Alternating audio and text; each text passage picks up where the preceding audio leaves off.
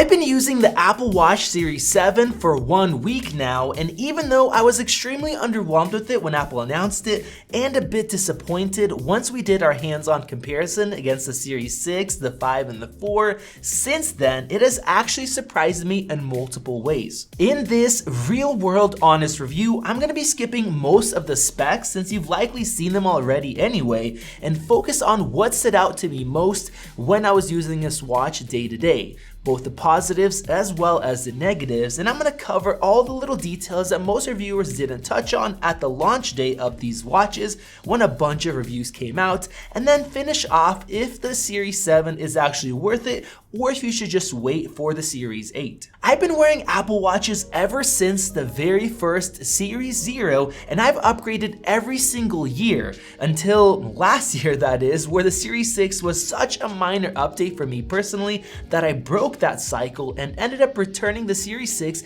and just using my Series 5 for a second year. The new Series 7 is yet again an iterative upgrade, and many would argue that it's an even smaller upgrade this year. So why am I liking it so much more this year? Last year, the 6 got a 20% faster processor, a U1 chip, a compass, the always-on altimeter, faster Wi-Fi, and a sometimes brighter display, which was my biggest complaint against the Series 5. Now that wasn't enough for me to upgrade, so what does the Series 7 offer?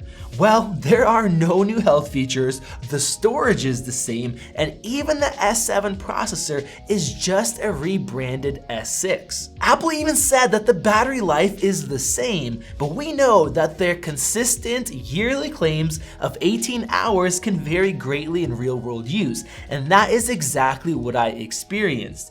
The same thing goes for other things they don't mention, such as the Taptic engine. Now, before I cover the screen and the software, let's talk about that engine. Almost nobody talks about this, but I found this to be a huge deal in real-world use. Apple has been great at being able to nudge you about notifications without other people hearing, but I found that sometimes it is just too weak. The same thing goes for using it as an alarm to wake me up.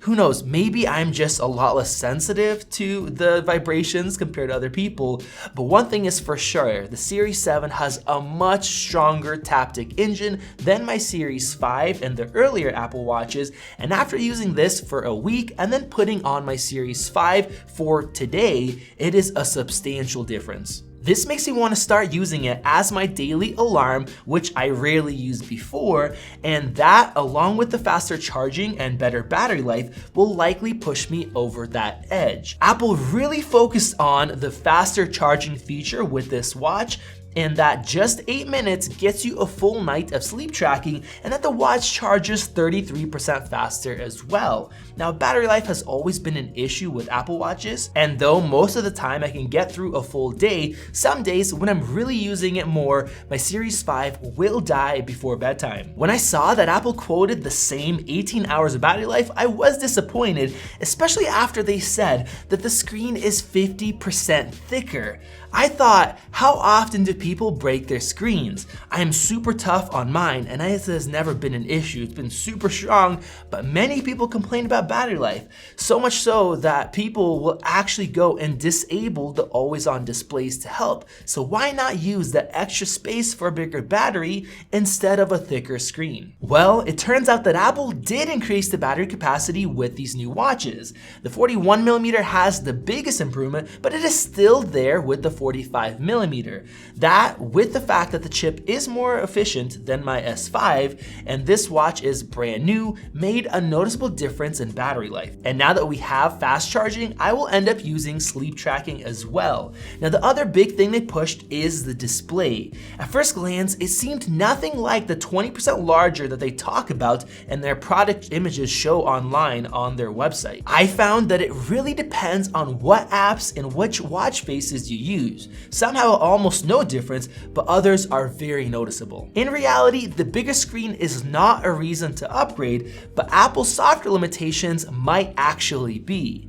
Now, I personally really like the new contour face, which is designed to maximize the screen size and really show that off, and it uses the light refraction from the curved glass of the screen. Now sure, they could have added this to the 44mm models from the past, but it wouldn't look as cool, so I understand why they might not want to do that.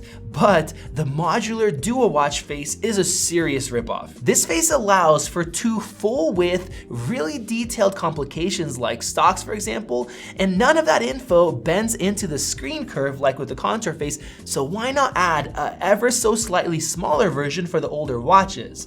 Well, like I said, this is a ripoff. I think it's just so that people would have another reason to upgrade. Now, of course, we do have the World Time and the Portrait watch faces, which are available on older models, and they look good, but once I got used to the larger screen of the 7 compared to my 5, they looked quite a bit smaller on the 5, especially the Portrait one. Now, I also noticed a few other differences that Apple didn't mention with the display. One is contrast, where the Series 7 has much less reflectivity and better contrast than my 5, which is a great thing, and the other one, of course, is the brighter display when it is dimmed. I hated that with my 5. Like I said, it was my biggest disappointment. And the 6, it promised 2.5 times brighter display when it is dimmed, but it turned out that that was only outdoors if it is very sunny. And personally, if I'm outdoors, I'm not trying to slowly kind of glance down at my watch and see the time. I can move around a lot more freely. Now, the 7 promises to be 70% brighter,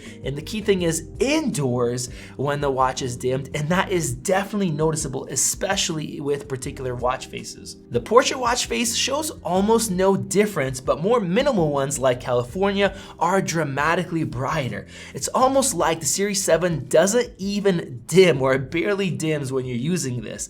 Apple, thank you for finally fixing this, listening to my complaints from years ago, and making the always-on display much more useful. Now onto the final software features that make a big real-world difference, and that is the keyboard. Now, I'm not sure about you guys, but I hated typing, or to be more accurate, scratching or sketching on the screen with the Apple Watch in order to write something. It is so slow and annoying that I ended up never really using this, and I relied on voice, which does work well, but it is not always possible, for example, in loud situations or when you need to be quiet. Well, we now have this new full keyboard with swiping that actually works quite well once you get used to it.